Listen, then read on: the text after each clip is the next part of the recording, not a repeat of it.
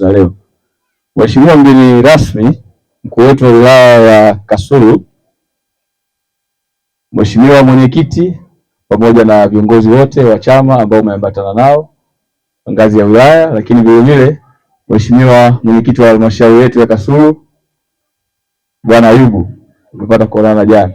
Itoshe kusema kwamba itifaki imezingatiwa kwa maslahi ya muda. Ninaomba niende moja kwa moja kwenye salamu za Postmaster mkuu ambaye ameniagiza nije hapa kumwakilisha kwenye tukio hili.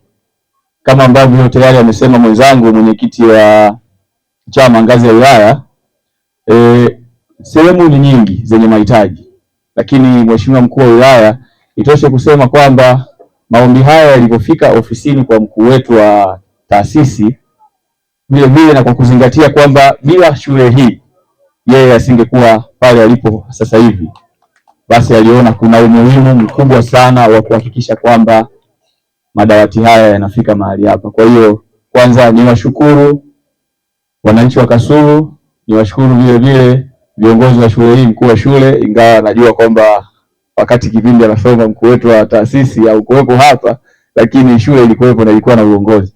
Kwa hiyo nawashukuru sana kwa sababu kupitia shule hii tumepata kiongozi mkubwa sana, kiongozi ambaye ameshika maono ya taasisi yetu.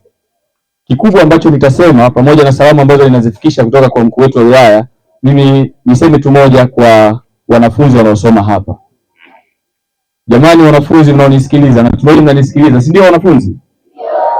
Nafahamu mna ndoto zenu kubwa sana na mna matamanio yenu makubwa sana. Ndoto zenu ni valid, ndoto zenu zinawezekana kutimia mkiweka jitihada. Someni kwa juhudi, someni kwa bidii. Sisi tutaendelea kuwashika mkono, walimu wenu wataendelea kuwashika mkono, lakini kikubwa zaidi jueni kwamba serikali yenu chini ya rais wetu shupavu na hodari itaendelea kuwashika mkono ili hizo ndoto na matamanio mlionayo ziweze kutimia, kwa sababu zinawezekana. Ushuhuda mnao tayari.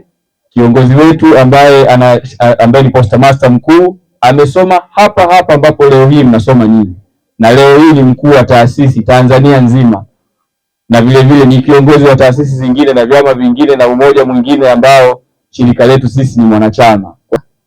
Na hapa pia wamefanya kazi wazazi wake na Postmaster mkuu Mr. Marcus Daniel Mbodo. Katika shule hii amefanya kazi Mr. Samani. Katika shule hii amefanya kazi Mr. Mbonimpa Daniel Mbodo ambaye ni baba yake na Postmaster mkuu, amefundisha shule hii.